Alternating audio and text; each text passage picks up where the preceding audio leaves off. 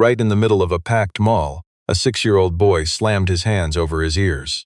He screamed without making a single sound. His eyes were wild with a terror nobody there understood. His mom, a powerful CEO who managed 400 employees daily without blinking, stood frozen, completely helpless while strangers stared and the cruel whispers pressed in. No one stepped forward. Nobody knew how to help. Then a single dad pushed through the busy crowd right toward the boy. He didn't speak. He just lifted his hand and signed a single word. And everything just stopped. You and I have to ask, what happens when one simple gesture saves a breaking soul? Amelia never actually planned to be at the shopping mall that afternoon.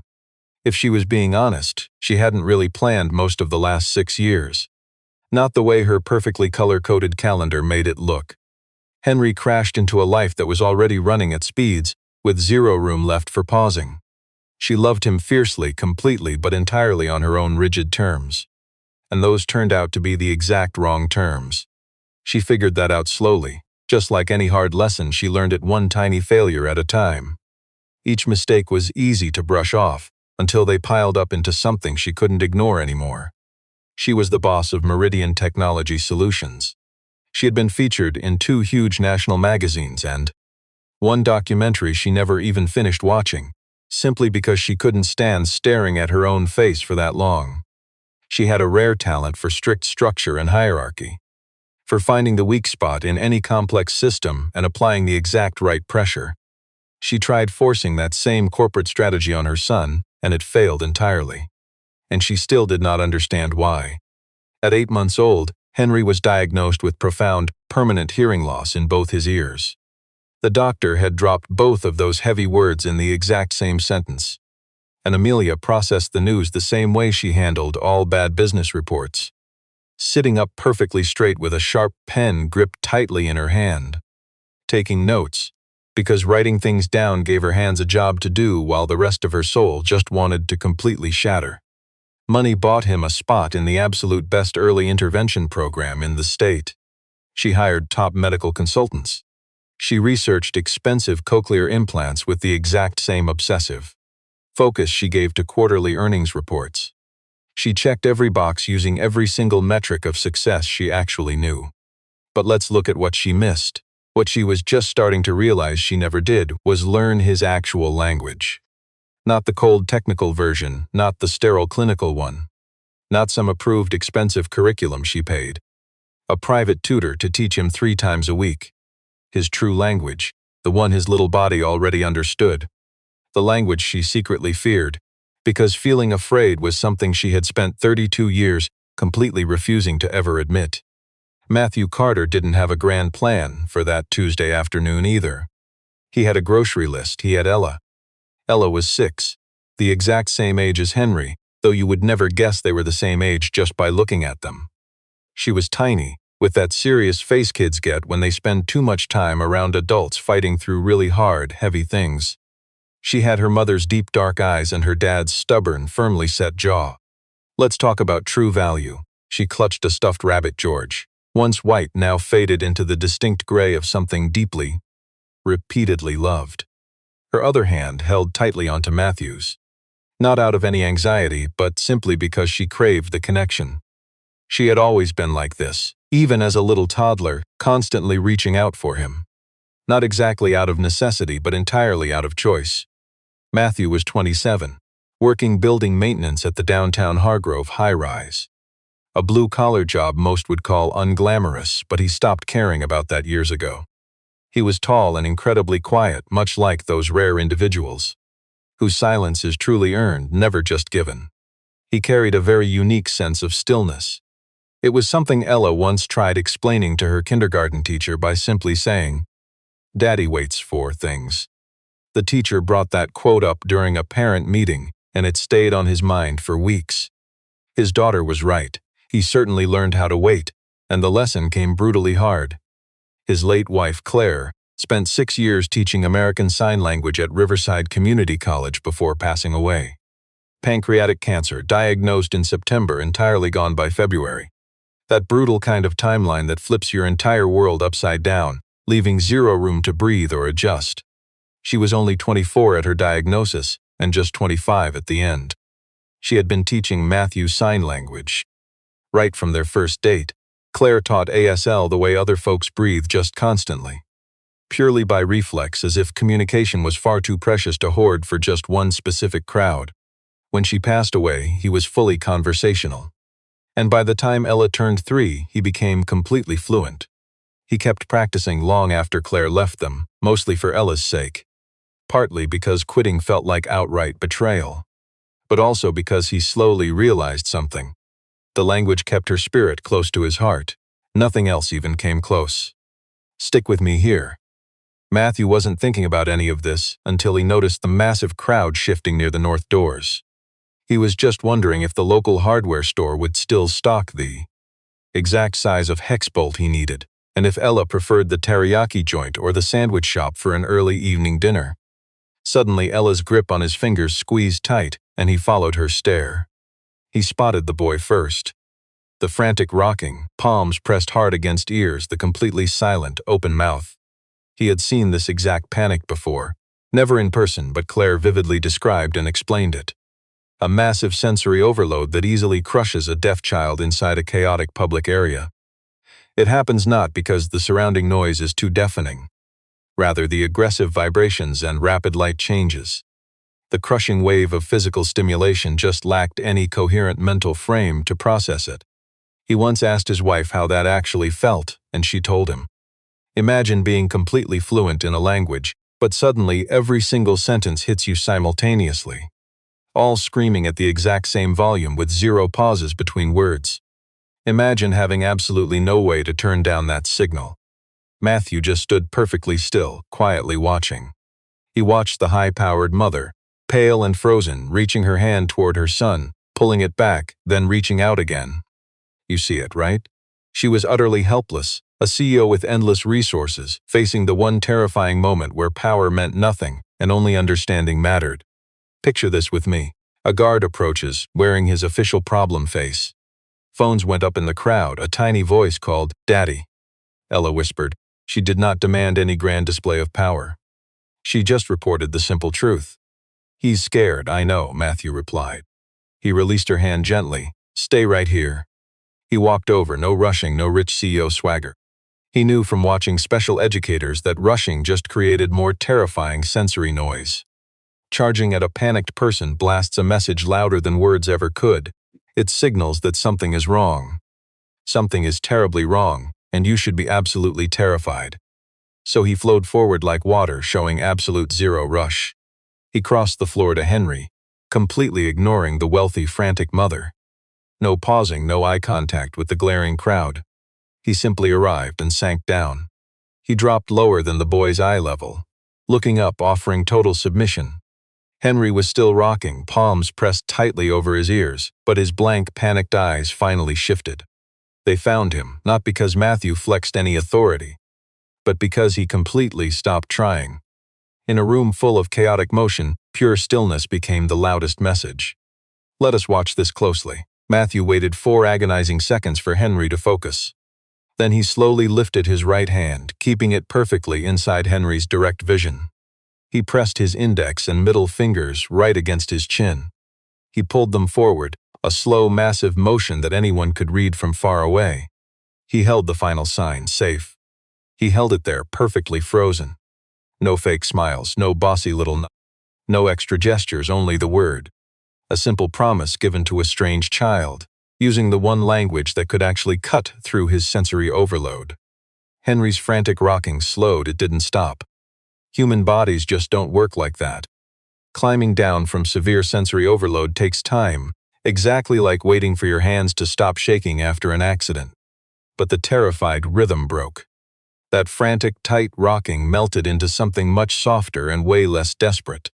Slowly, Henry's hands left his ears, like a survivor testing if the air was finally safe to breathe.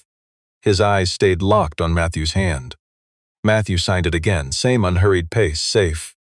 Then once more, this time he left both palms completely open.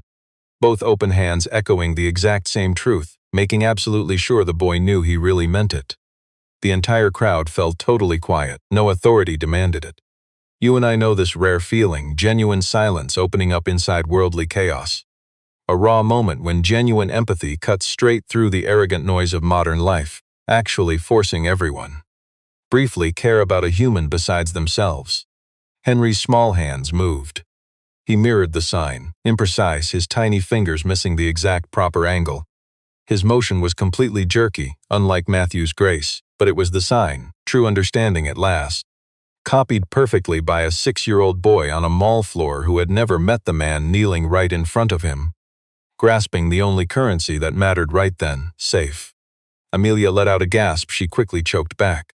She clamped her shaking hand right over her mouth. Her eyes stayed totally dry, but just barely. A look behind them shifted, fracturing like expensive glass you never even realized was under such immense, invisible pressure. The mall security guard simply stopped. He stood 3 feet away, hands loose at his sides, completely unaware of the priceless emotional exchange he was currently witnessing. Yet he recognized that whatever this pure connection was, his authority was absolutely not required here. Matthew held that reassuring sign a few seconds longer after Henry mirrored it. Then he lowered his hand incredibly slowly, just waiting. Little Henry watched that gentle hand drop down. His heavy breathing echoed now, the deep, struggling breath of a boy slowly finding his way back to himself. The inhale, hold, and exhale of a tiny body reconsidering its emergency. He looked up at Matthew, and Matthew looked back. After a beat, Henry unfolded from the hard floor without any dramatic flair. Just the practical, simple business of a little boy finally standing up. Pressing his small palms down to push himself upright. Brushing invisible dust off his knee with the absolute focus of a kid who had already half forgotten his terrifying panic from just 30 seconds prior. Matthew calmly stood up too. He didn't offer a single word to Amelia. He turned without grand ceremony, walking back to where little Ella waited with George tucked safely under her arm. Watching it all with profound stillness. The careful attention of a kid raised around heavy adult grief, one who already knew exactly when to stay quiet. Amelia hurried right after him. "Excuse me," she called. Her voice sounded perfectly steady. She had trained it to project absolute authority. What did you just do?" Matthew slowly turned back. "You and I have seen this." He quietly weighed if a conversation with her was even actually necessary right here. Then she blinked. That's really just that? That is what he needed to hear. He couldn't find that understanding inside all the noise. He glanced back at Henry, who found Ella and now examined George with the pure, intense focus of a kid discovering something genuinely worthy of his time. Sometimes true understanding is enough. Amelia followed his gaze. Her little boy stood right beside a small girl she didn't even recognize. And that small girl held the stuffed rabbit out with both hands, offering it freely. Henry took it with both hands too, the proper way to accept a priceless gift, holding it up to study its worn face with absolute, deep seriousness. And slowly, some of the tight tension in Amelia's chest loosened without her formal permission. She looked back at Matthew. "Do you work with deaf children? Are you a therapist or no?" He simply shook his head. "I just know some sign language." "Some," she echoed back. He almost smiled. Some. She desperately wanted to ask more. She wanted to buy every answer, the way she always controlled everything in life. To buy the perfect system. "But you and I know real compassion isn't a replicable formula." But Henry was simply holding the rabbit, while Ella showed him something in a bright mall display window. Matthew was already turning away. The powerful executive suddenly realized this quiet exchange was over. She wasn't used to things ending without her strict permission. "Thank you," she whispered. The wealthy mother sounded incredibly fragile. He gave a single simple nod. True understanding rarely needs embellishment. Then he calmly stepped away to gather Ella and her toy. Right before leaving, his little girl gave Henry a very tiny, earnest wave. Kids just know when another soul is truly worth their precious time. And Henry, clutching that rabbit, actually lifted his free hand and waved back. Amelia stood frozen in the crowd long after they walked away. Her neurodivergent son leaned against her leg, a rare, priceless gesture of trust he almost never showed in public. Instinctively, she rested a gentle hand upon his small shoulder. He didn't flinch. 2 days later, she uncovered the kind stranger's name. She claimed it wasn't intentional, but you and I know better. She was officially at the shopping center for corporate business. A strict meeting with a high-level leasing director from her pristine corporate building. All power, all business, strictly professional. She certainly wasn't hunting for that humble maintenance worker in the faded gray shirt, the man she spotted lingering near the North Corridor entrance. He was crouched down, beside an air unit, holding a cheap flashlight and a heavy metal wrench. But the moment she saw him, her expensive heels pivoted before her brilliant executive mind even registered it. His real name was Matthew Carter. He'd spent 3 quiet years doing basic maintenance for the massive Hargrove Group. He lived in a modest Millfield apartment with his young daughter. On paper, the man possessed zero wealth or status, completely ordinary. Just a silent guy in a uniform, keeping the elite comfortable without them ever acknowledging his sheer existence. But she noticed the CEO almost called HR to summon him like a typical corporate asset. She quickly dropped that idea. Leaving a thank you note felt utterly ridiculous for someone of her stature. For 4 long days, the powerful woman did absolutely nothing. Let's watch what happens next. On day 5, she deliberately marched toward that dusty North Corridor to find him. She found him radiating that exact same calm and blurted, "I looked you up." He slowly turned away from the electrical panel. He wasn't even slightly intimidated. "Okay," he said. "I know that's probably strange," she admitted. A little. The CEO had heavily prepared. 3 distinct negotiation tactics for this chat while driving over. None worked on a grounded man who spoke plain truth, entirely unimpressed by her vast wealth. She kept pushing forward. "I need to ask. Henry keeps mentioning you. He remembers the man who said safe." He said it to his speech therapist. Amelia stopped herself. "My son never speaks freely like that." Matthew quietly lowered his flashlight.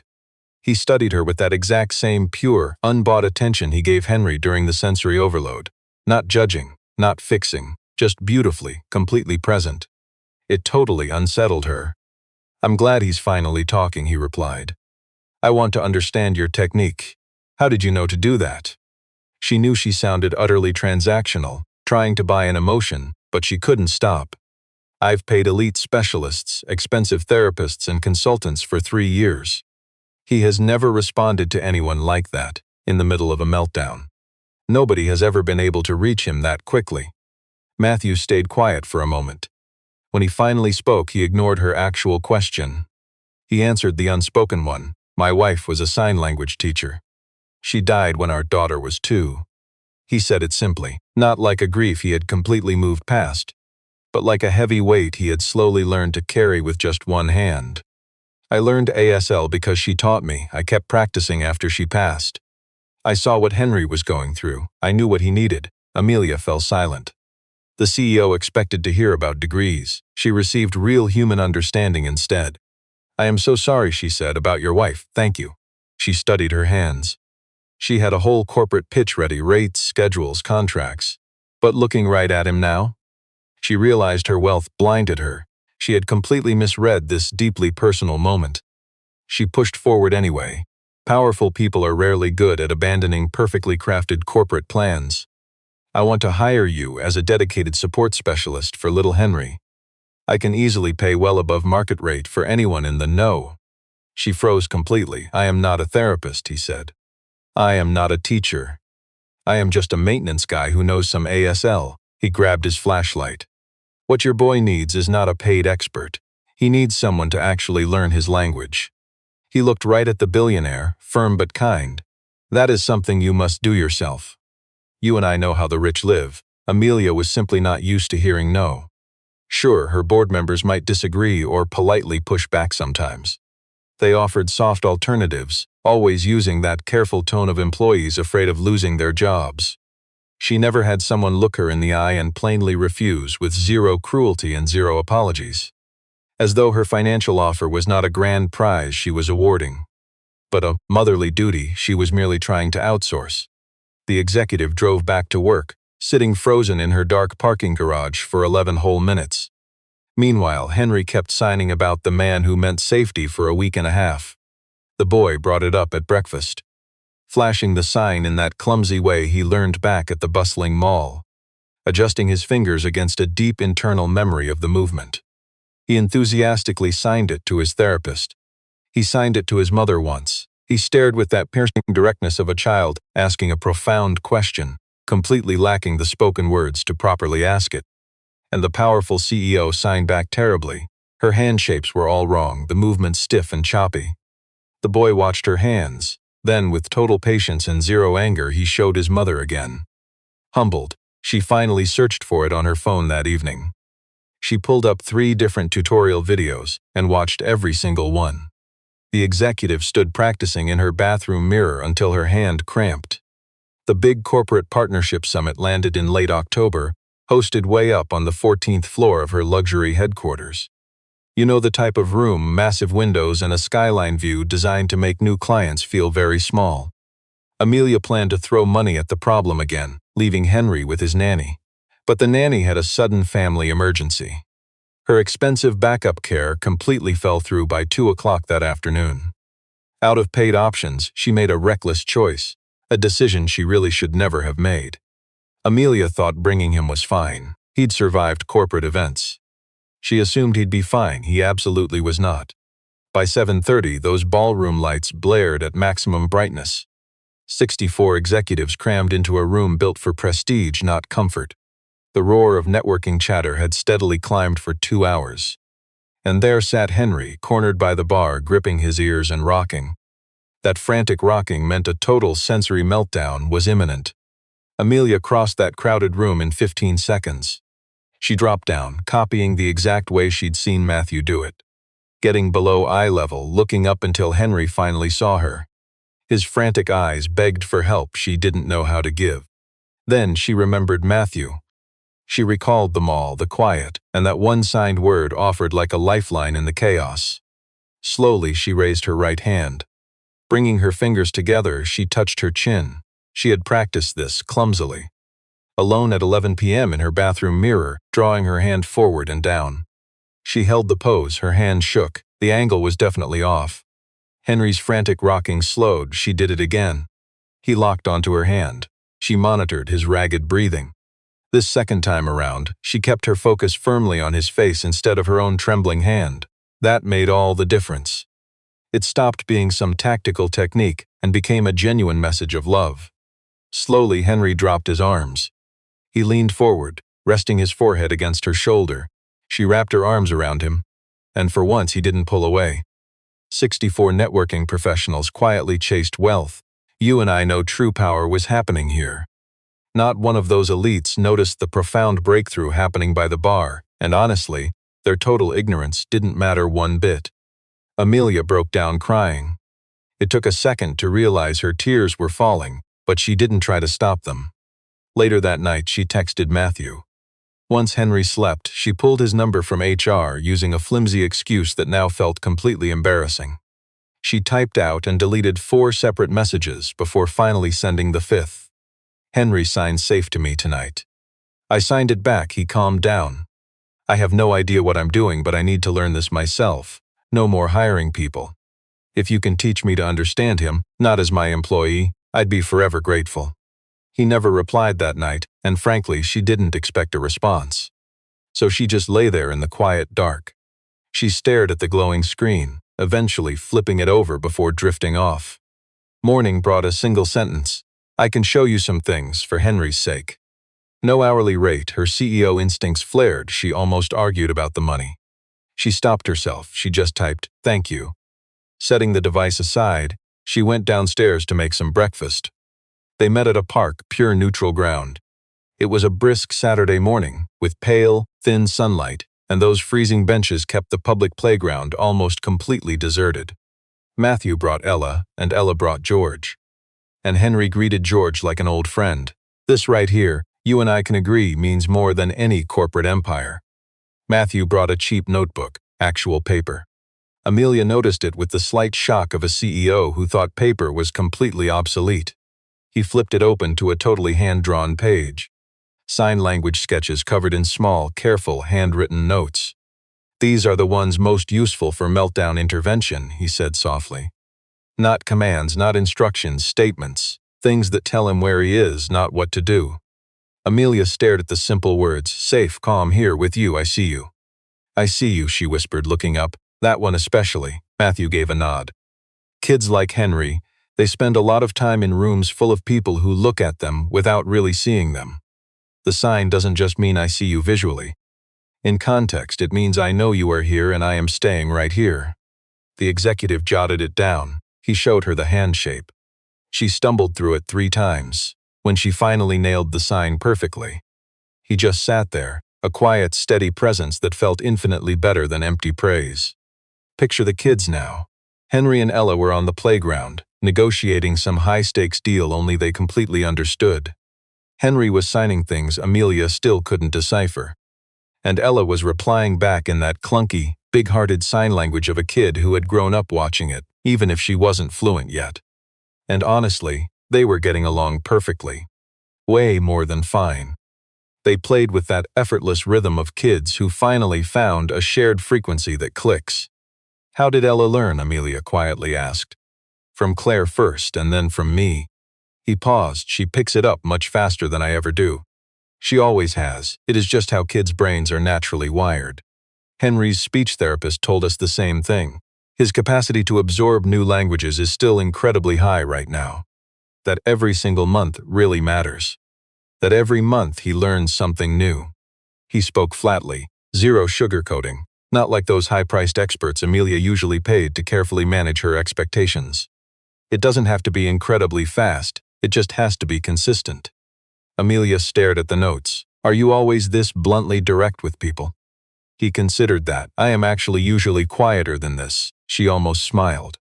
The smile flared and vanished fast, like a sudden vulnerability she couldn't afford to hold. Those weekend Saturdays continued. They weren't formal therapy sessions, nor were they typical social calls. You and I might call it friendship, but they left it completely unnamed, probably smart. Matthew taught patiently with absolutely no ceremony. Amelia learned with that fierce executive focus she applied to anything she deemed truly important. And Henry? He blossomed with the unstoppable speed of a kid who had just been waiting for true understanding. His signs got sharper, and his emotional balance became incredibly, measurably more stable.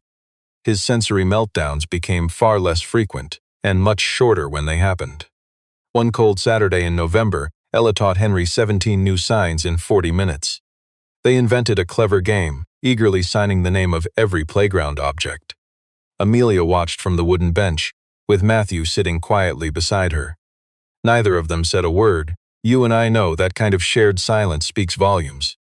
She would have loved him, Matthew said softly. He meant Claire. He said it while keeping his eyes on the kids.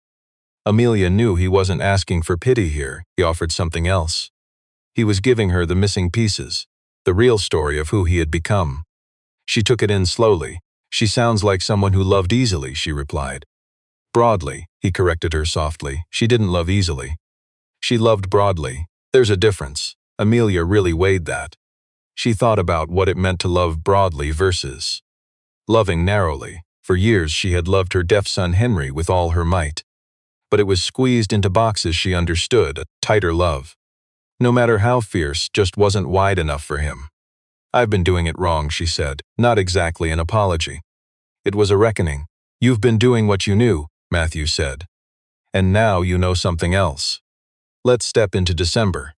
The air turned freezing and sharp, that clear winter light making everything look stripped bare. Henry had a great month. His therapist wrote down his progress using quiet, cautious words, the kind professionals use when they refuse to overpromise. But Amelia knew how to read the silence between those clinical lines. It meant, this is real. This is actually holding. 3 weeks before Christmas, they found themselves back at the park. The kids were wrapped up in heavy coats. Ella even had George zipped into her jacket to stay warm. Henry sat on the swings. Matthew pushed him just a little. He liked a slow, gentle swing, none of that wild, dizzying height. Amelia stood nearby, just watching. Then Henry turned on the swing, locked eyes with Matthew, and lifted his hands. "Safe," he signed. Sharp and clear, the confident motion of a child who truly claimed the word as his. He didn't sign it out of panic or fear. He signed it because he just needed to express it. Because it perfectly captured exactly what he was feeling, right then and there. The crisp air, the gentle swing, the man pushing him, his friend close by. For once the whole world was exactly the right size. Matthew signed it right back. His expression was totally still. Somewhere behind them, Ella let out a laugh, a private joke with a squirrel or just her own mind. That sound cut through the winter air, the pure, bright noise of a totally relaxed kid.